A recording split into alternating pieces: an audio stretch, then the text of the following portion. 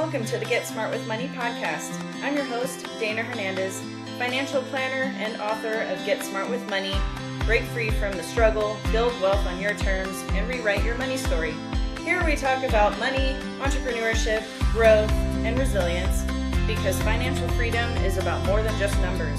Each week, you'll get practical strategies, inspiring stories, and the motivation you need to stress less about money and create more freedom in your life. Let's get smart with money together.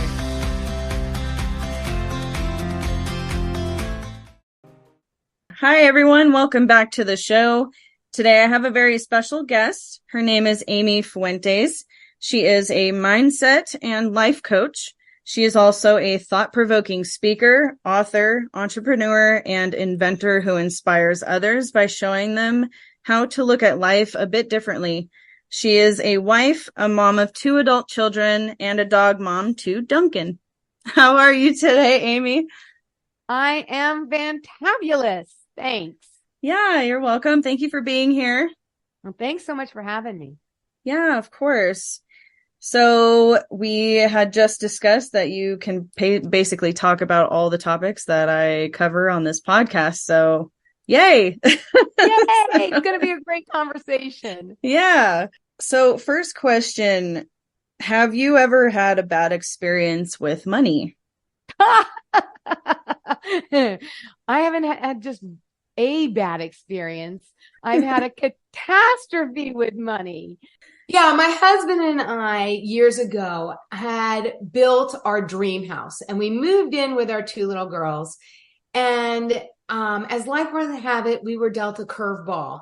Many of you probably remember over 20 years ago, a catastrophic event happened here in the States when planes flew into buildings during 9/11.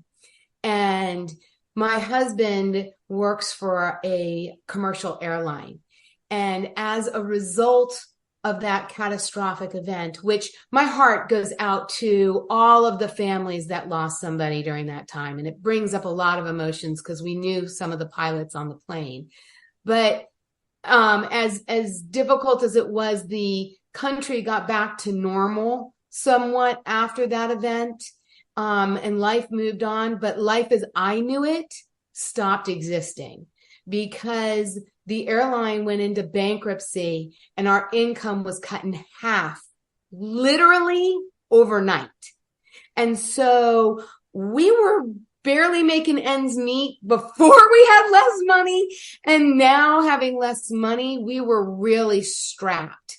And there were many nights that I cried myself to sleep. I used to have these, what I call ice cream on the kitchen floor moments. Do you know what I mean by that?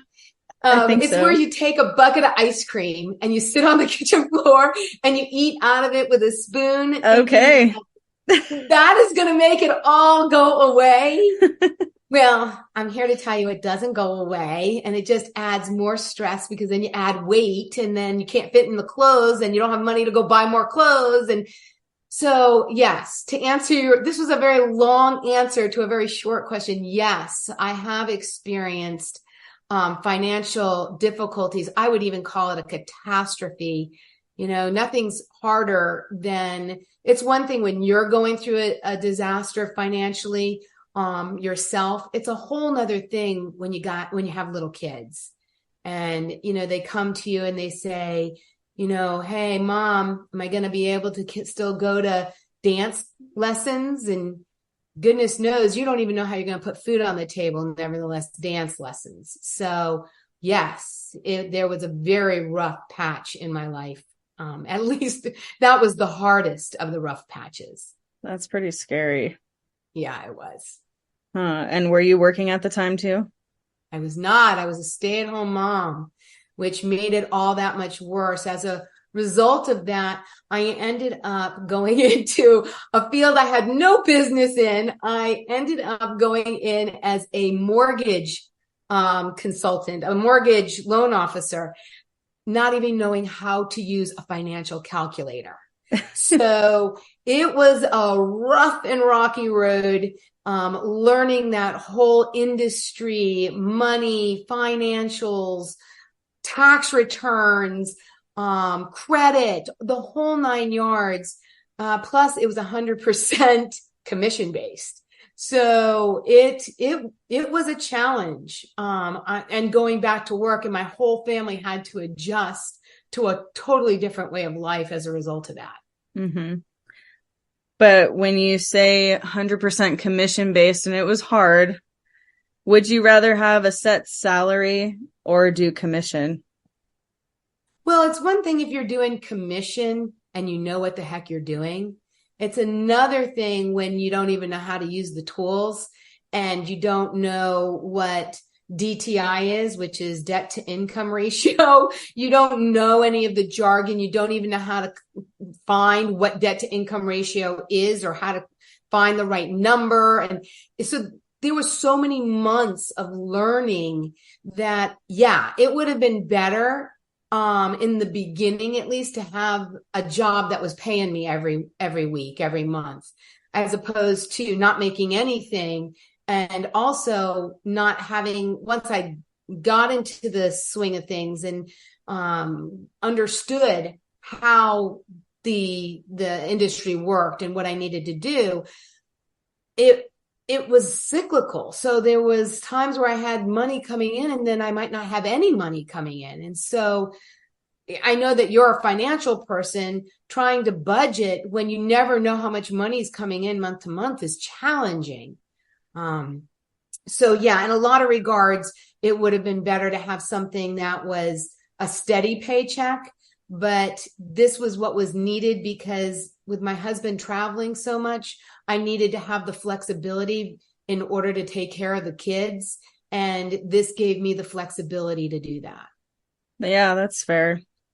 I like my company in regards to the commission and everything because we can start part-time. So I still have a job. So I still get that income that I need while I learn over here on the side. So yeah, that's safety fair. Net. Yeah. Mm-hmm.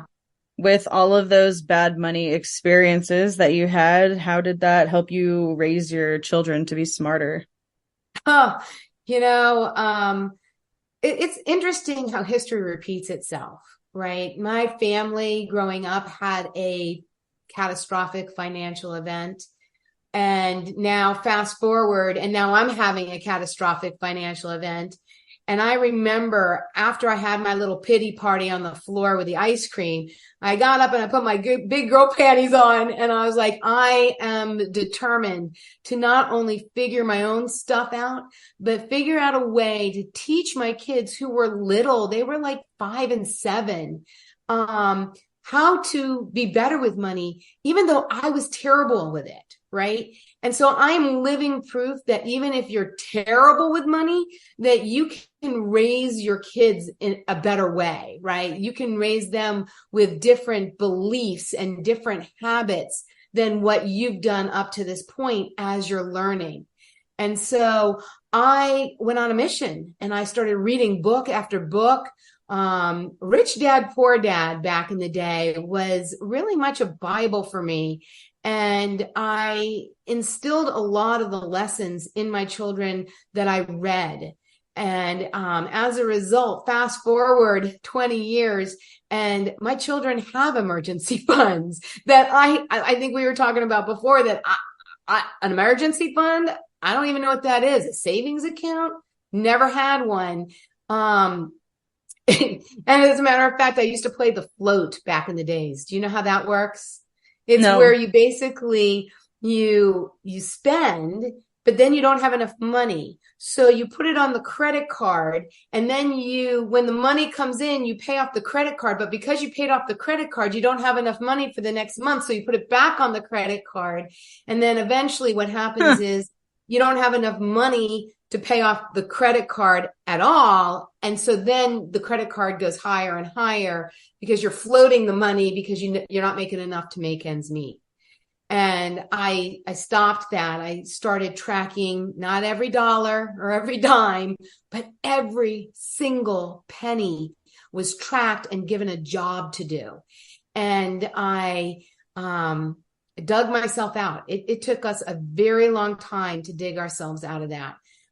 But as a result, the positive side is that I actually decided that not only was I going to raise my kids differently, Dana, but I also decided that I was going to help others. So I actually wrote, directed, produced a TV special called Stretching Your Dollar that I have up on my website up on my YouTube channel if anybody wants to check it out. But it was how to live your life for less by stretching your dollar.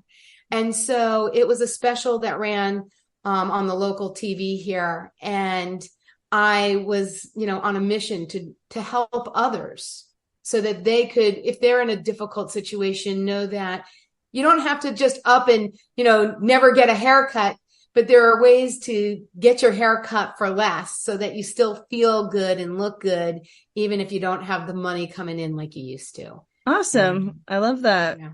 So I did it both for others and for my own kids. And my kids now actually have different relationship with money now that they're in their 20s as compared to what I had when I was in my 20s. Okay. I'm going to check that out just to see if I can implement any of your tips into my routine here, because I used to go get my hair done all the time. Now I dye my hair myself. I cut my hair myself. YouTube videos are great for that. And then for my boyfriend's lunch, I've been making him potatoes and meat and just seasoning them different ways and maybe adding some vegetables, tomatoes, whatever, because a big old bag of potatoes is like $7 maybe. And that gets us like at least 4 weeks maybe of lunches there for him. So instead of buying, bread and cheese and meat and all the other things that you want to put on a sandwich, that all adds up real quick. So he's happy with the potatoes. He always calls them taters. He loves his taters. So he's happy with that. And that was just one way that we are able to stretch our money a little farther. Especially because our dogs eat real meat for their breakfast. They don't eat dog food. So, wow. Yeah. That can get costly too, and people shouldn't stop living their lives. That was my big thing.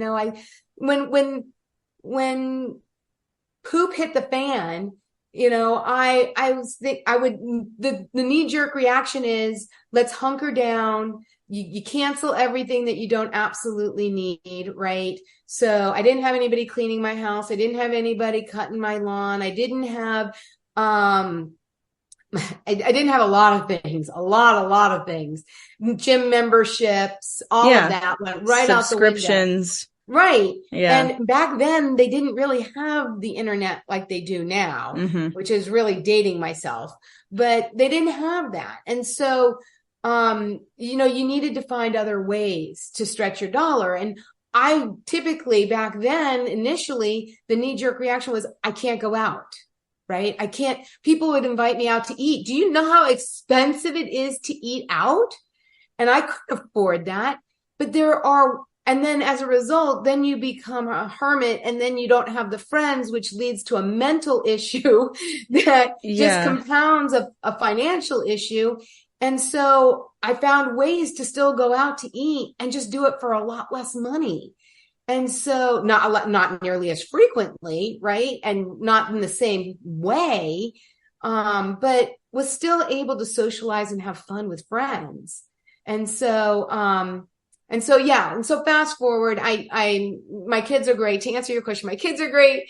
I was able to help others. I even did a course for parents of children ages 6 and up, teaching them how to be financially savvy. The course is called Raising Money Savvy Kids.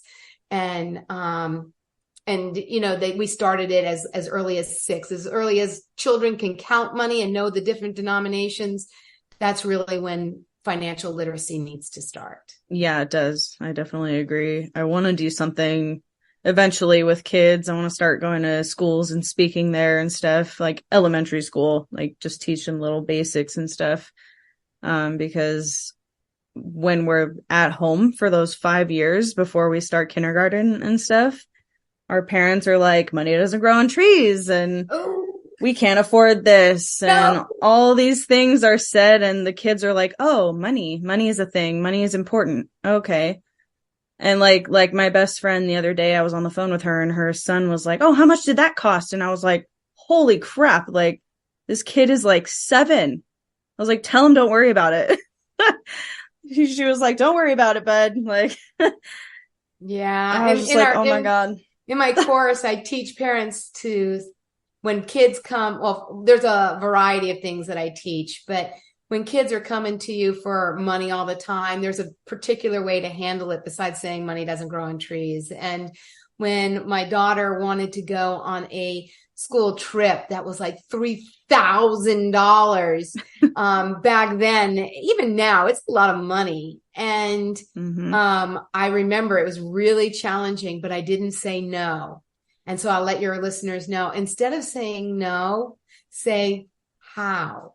How are we going to do this? Because as a mindset coach, when we tell people no, it shuts off the ability to come up with options. But if you say how, then your mind goes out and there are a million creative ways to come up with that money. But because we're so programmed to say, no, it's not possible.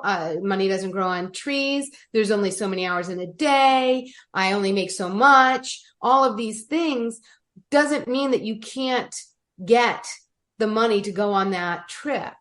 There's ways to do it. It's just that you cut off the ability because you've told yourself no. And when you say no to something, it removes the 1% possibility that you can. Yeah. Exactly. So it's really important to stop saying I can't afford something. It's like, how can I afford this? Exactly. Just like you said. So I keep trying to tell people around me, stop saying that. I don't want to hear it. It's a better thing to say, I guess, than I can't afford it. Yeah. Like, let's come up with a more creative way to say this. Yeah, exactly. That's funny. Please like, review, share, and subscribe to this podcast and follow us on Instagram at GetSmartWMoneyPodcast, as well as checking out our website at GetSmartWithMoneyPodcast.com.